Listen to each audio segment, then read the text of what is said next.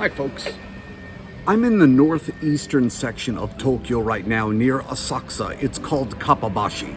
It's the kitchen district. And this is where I go to purchase everything I need that I bring back from my sushi classes. From knives to plates to bowls to even the plastic food you see that looks so real.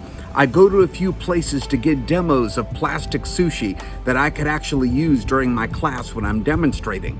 And one of the things I've always wanted to talk about on these videos is the difference between American and Japanese sushi. There is a big, gigantic chasm between them both. And when people tell me in the United States, oh, you've got to try this sushi spot, it's absolutely amazing, 99% of the time, it's not going to come close to what I experience in Japan.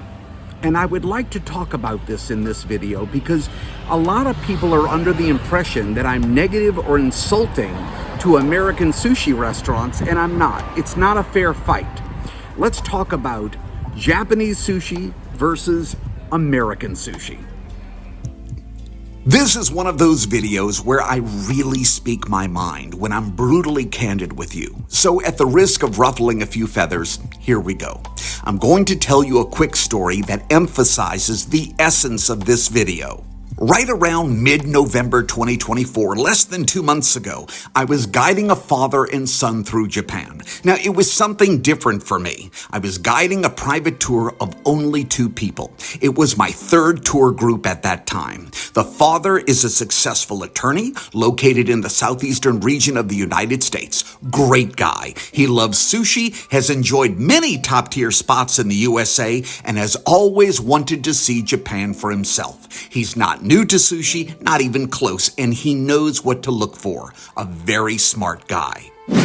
His son lives in Houston. Super enthusiastic, great guy with a motivation to explore the hidden nuances of Japan. Passionate and adventurous. Well, on the 4th day of their trip, the 3 of us sat down at Sukiyabashi Jiro in Tokyo, noted as one of the finest sushi spots in the world.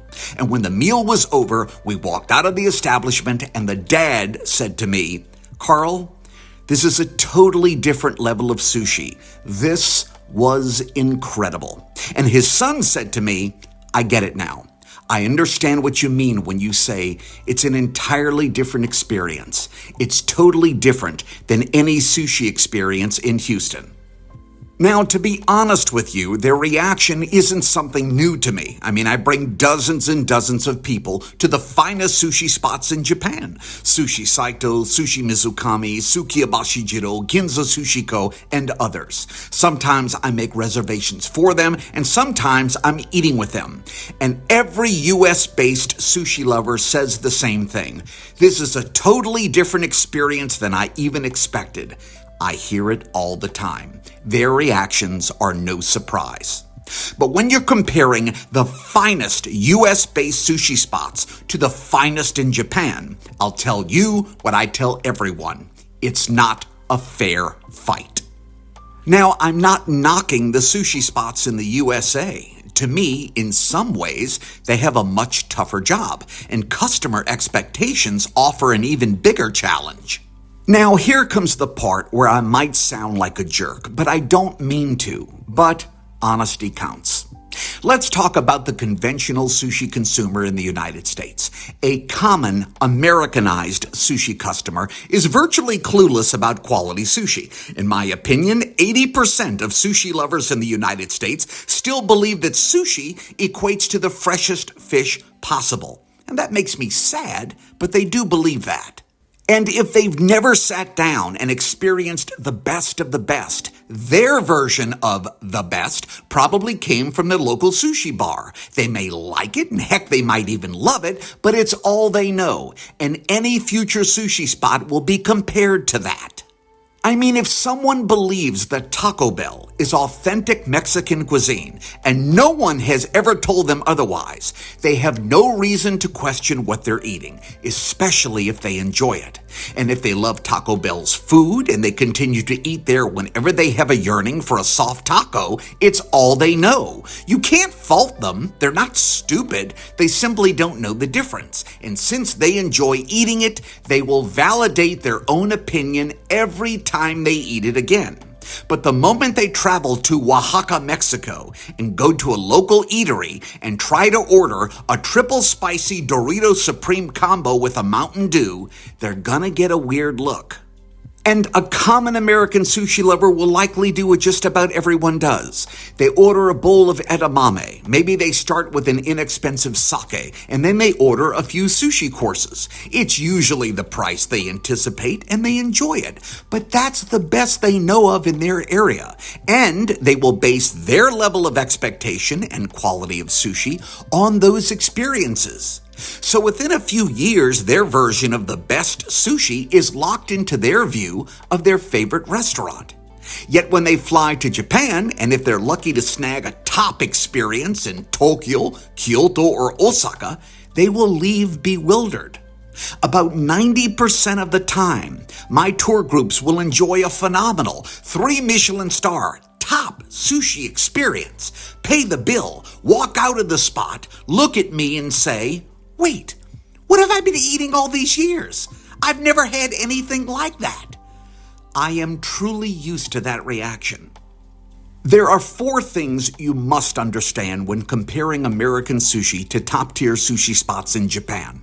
Number 1, American sushi spots have to cater to American interest. That means lots of food, wide varieties, and eye-catching marketing concepts to entice customers. American sushi lovers do not have a concept of the world's greatest sushi, so they want what they know. They want lots of things, goodies from the grill, fried options, lots of appetizers, and common all-you-can-eat deals with tons of sauces and crazy cocktails. But top-tier sushi spots in Japan offer a set omakase course without exception. They provide a phenomenal flight of options that are nigiri and gunkan sushi, and there is no negotiation. So for the sushi masters in Japan, their menu is set and they can focus on only that. For sushi spots in the United States, well, they have 115 menu items that can be ordered at a moment's notice.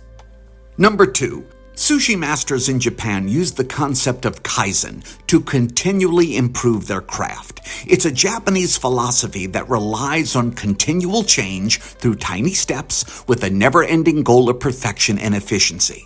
You see, the master sushi chefs are considered artisans and craftsmen, not chefs. They continually spend time honing their craft, advancing their options, refining their interest, and digging deeper into existing ideas to make their sushi even better. And this takes years of dedication. I'm talking years of dedication. An American sushi bar focuses on getting more people in the door for a bigger business and a second location. They spend thousands of dollars on marketing and publicity. It's glamorized, and they have to convince more Americans to come to them. In the finest sushi spots in Japan, their reservations are booked 8 months in advance. And trust me when I tell you, Sukiyabashi Jiro has never spent a single yen on advertising since 1965. Why? Their sushi is considered to be the finest in the world. And when you're the best of the best of the best, you don't need to convince people to sample your talent. People stand in line begging for a chance to sample your sushi even once. Number 3. A common popular sushi spot in America will offer an elaborate atmosphere, might seat about 65 people at any time when they're open for business. Throughout an entire workday, especially busy days like Thursdays and Fridays, a popular sushi bar might serve a total of 250 customers. And let's not forget about happy hour. The finest sushi spots in Japan limit their service to 8 people at a time. That's it. 8 people. So imagine being a master of your craft, the best of the best, and you completely control the menu, and you can strictly focus on serving only 8 people at a time. The work level and focus of an American sushi spot and the finest sushi spots in Japan need to have 2 totally different philosophies. And finally, number 4, US-based sushi restaurants will likely work with a team of about 15 people, and then you add hostesses and bartenders and managers, and they're managing the reservations of the day, and online marketing, and maybe a Groupon voucher, and menu specials, and crazy drinks of the day, and promotions, and everything else that can keep them busy 18 hours a day. Sushi masters in Japan operate on an entirely different level, and I'll give you one example. A good friend of mine named Daisuke Iyoshi lives in the outskirts of Kyoto, Japan. He's a sushi master in a small shop about 10 miles outside of the Hyogo prefecture. And for the past 4 months, he has spent a great deal of his time off experimenting with concepts of top-quality aged soy sauce. He travels all over Japan and samples the finest and rarest soy sauces that 99.9% of the world has never tasted. He purchases about 10 or 12 bottles of each soy sauce, brings them back to his kitchen, and begins developing new ideas for future menu options. Some sushi masters do this with knives, some do it with fish, some do it with sake, some do it with chopsticks, some do it with rice, some do it with pottery, and so forth. They spend their lives refining their craft, atmosphere, and technique. And American sushi houses are unable and incapable of such effort. But not only that, they're not interested in doing it anyway. Let's face it, America is totally different than Japan. As Master Chef Takashi Ono recently said to me, American sushi houses focus on business. Japanese sushi houses focus on process. And he's absolutely right. That's the basic difference in both. The Michelin Guide, a group that has massive experience in quality sushi and top-tier expectations, recently collaborated with the city of Houston, Texas, to provide their ratings to the world. And while there are about 15 high-valued sushi spots in Houston, I made the same comment to everyone. If Michelin follows their own guidelines like they do in Tokyo, Kyoto, and Osaka, not a single sushi house in Houston will receive a suitable rating in the entire city. Everyone thought I was wrong, and when the ratings came out for the first time, not a single Japanese hotspot even received a notable mention. And at the risk of sounding pompous, I was right, but I was not surprised. As long as Michelin kept their standards to the same expectations as they do in Japan, there wasn't a single sushi spot in Houston that even comes close to quality sushi. And sure enough, not one single expensive elitist sushi spot even earned a notable mention. While Houston foodies were flabbergasted and some were outraged, my prediction was spot on this time. People approach me every single day asking me for similarities. What's the finest sushi you've ever tasted in Texas and Japan? My response is always the same. You can't do that. You're trying to compare bowling balls to seahorses, seeking similarities. They assume I'm knocking the quality and hard work of every sushi spot in the United States, and I'm not. In fact, I believe their challenges are bigger than the sushi masters in Japan. But as a result, their sushi isn't nearly the quality that it could be. And I always end the comment by saying, you can't compare quality sushi in Japan to quality sushi in the United States. Trust me, it's not a fair fight. I hope that explained it. I didn't want to get too much in detail, but I felt it was important to convey the philosophy between the two different ideas of sushi. Sushi in Japan, serious sushi, and American sushi. Well, listen, as always, we provide helpful links and information beneath this video. And then as always, there's the Contact Us button. Click on it. You can contact me or my staff directly. For JourneyToJapan.com, in the northeast quadrant of Tokyo, Kababashi, the Kitchen District, I'm Carl Rosa. Thank you for watching.